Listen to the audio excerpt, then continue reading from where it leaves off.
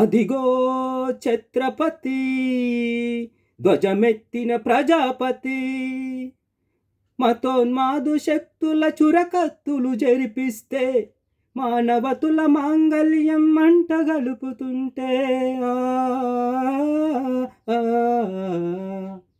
ఆ క్షుద్ర రాజకీయానికి రుద్రనేత్రుడై లేచి మాతృభూమి నొదిటిపై నెత్తురు తిలకం దిద్దిన మహావీరుడు సార్వభౌముడు.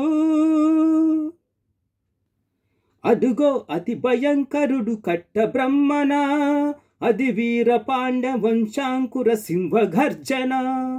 అదిగో అతి భయంకరుడు కట్ట బ్రహ్మణ, అది వీర పాండ్య వంశాంకుర సింహ గర్జన.